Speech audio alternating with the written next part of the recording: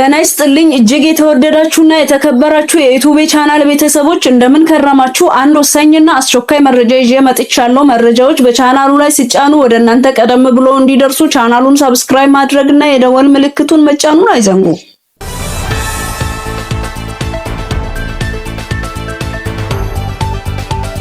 በደቡብ ኢትዮጵያ ክልል በጋሞ ዞን ሰሞኑን ከመጋቢት 1 2018 ዓመተ ምህረት ጀምሮ በጣለው ከባድ ዝናብ ምክንያት በተከሰተው የመሬት መንሸራተት የ125 ሰዎች ሕይወት ማለፉ ተገለጸ።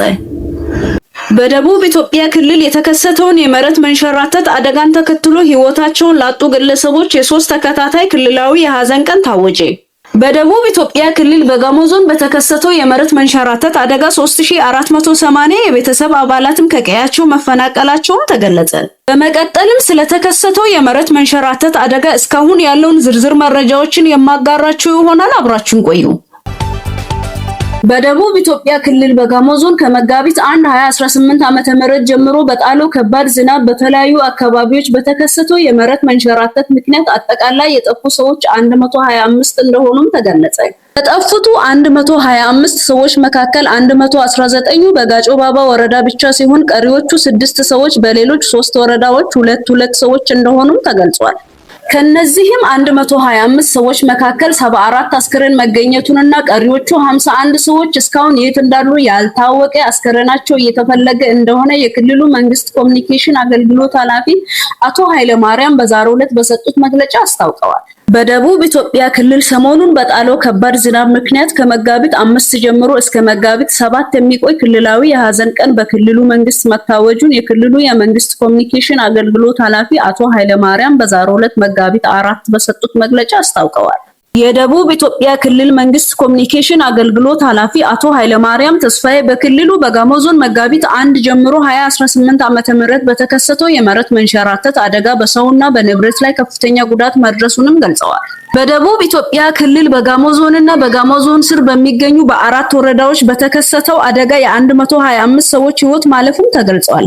የክልሉ መንግስት ኮሚኒኬሽን አገልግሎት ኃላፊ አቶ ኃይለ ማርያም እንደገለጹት ከሆነ እስካሁን የ74 ሰዎች አስከሬን መገኘቱን ጠቅሰው ሌሎችን የማግኘት ስራ ተጠናክሮ እንደቀጠለም ገልጸዋል። በጋሞ ዞን አደጋው በደረሰበት አካባቢ የሚገኙ የመንገድ መሰረተ ልማቶች ምቹ አለመሆንን ተከትሎ ለተጎጂዎች ሰብአዊና ቁሳዊ ድጋፍ የማድረስ ሂደት ከባድ እንደሆነም በመግለጽ የተለያዩ አማራጮችንም በመጠቀም ለተጎጂዎች ድጋፍ የማድረስ ሂደት እየተካሄደ እንደሆነም አቶ ኃይለ ማርያም አስረድተዋል። በደቡብ ኢትዮጵያ ክልል በጋሞ ዞን በተከሰተው አደጋ ምክንያት ከቤት ንብረታቸው ተፈናቅለው በጊዜያዊ መጠለያ ለሚገኙ ወገኖች የሚደረገው ሰብአዊ ድጋፍ እንደሚቀጥል የገለጹት አቶ ኃይለ ማርያም በዘላቂነት የመልሶ ማቋቋም ስራ ጎን ለጎን እንደሚካሄድም አስታውቀዋል። ይህንንም ተከትሎ የክልሉ መንግስት ከመጋቢት 5 2018 ጀምሮ ለ3 ተከታታይ ቀናት የሚቆይ ክልላዊ የሐዘን ቀን ማወጁንም አቶ ኃይለ ማርያም ተስፋዬ ገልጸዋል። የጋሞ ዞን ዋና አስተዳዳሪ ዶክተር ደምስ አድማሱ በበኩላቸው በአደጋው የተጎዱ ወገኖችን ለመርዳት የሚፈልጉ መላው ኢትዮጵያውያን በዞኑ አደጋ ስጋት ስራ አመራር ጽሕፈት ቤት በተከፈተው የባንክ አካውንት ድጋፍ እንዲያደርጉ ጥሪ አድርገዋል።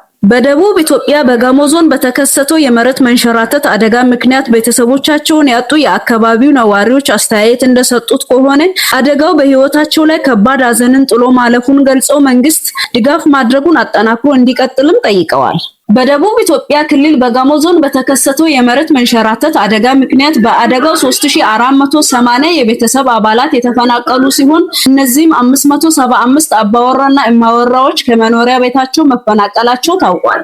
እጅግ የተወደዳችሁና የተከበራችሁ አድማጮቼ በሌላ መረጃ እስክንገናኝ ድረስ ሰላም ቆዩልኝ።